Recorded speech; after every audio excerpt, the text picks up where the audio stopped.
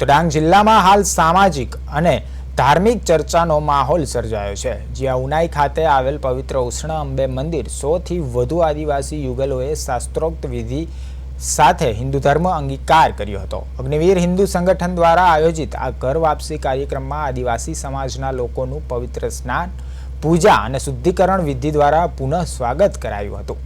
સંગઠનના જણાવ્યા મુજબ આ તમામ લોકોએ સ્વેચ્છાએ પોતાની મૂળ સંસ્કૃતિ સાથે ફરીવાર જોડાવાનો નિર્ણય લીધો છે। રાજ્યમાં સમાન નાગરિક સંહિતા અને ધર્મ પરિવર્તન મુદ્દે ચાલી રહેલી ચર્ચાઓ વચ્ચે આ ઘટનાએ મહત્વપૂર્ણ સંકેત માનવામાં આવી રહ્યો છે। ઉનાઈ ગામમાં આવીને તે પેલા ખ્રિસ્તી ધર્મમાં હતા ને તે લોભ લાલચ આપીને પૈસાને લીધે લોભ લાલચ આપીને તે બધાને ખ્રિસ્તી ધર્મમાં લઈ લીધા હતા।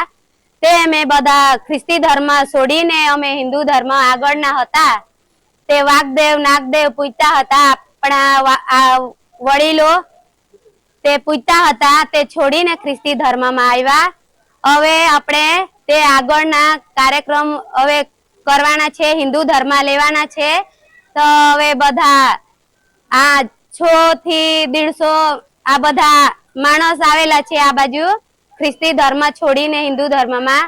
હવે આ હનુમાન દાદાનો પ્રસ્થાન લેવાના છે, બધા માતાજીનો હવે હિન્દુ ધર્મ લેવાના છે। આ ગરમ પાણીમાં નાહી ને બધા પવિત્ર થઈ ને હવે હિન્દુ ધર્મમાં આવા તાલુકાના એ લોકો અમને લાલચ લોપીથી પયાને ખ્રિસ્તી ધર્મમાં લઈ ગયેલા। પછી અમે પાછા હિન્દુ ધર્મમાં આવ્યા।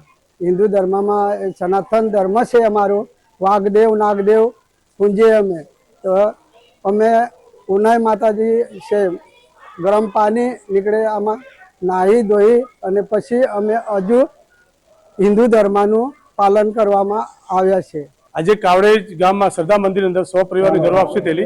ए डांग विस्तार अलग अलग ग्रामीण विस्तार अमरा आदिवासी भाईओ था, जो कोई भूलने कारण पोतानी संस्कृति छोड़ीने अन्य धर्म में जाने पोतानी संस्कृति नुकसान थतुं हतुं।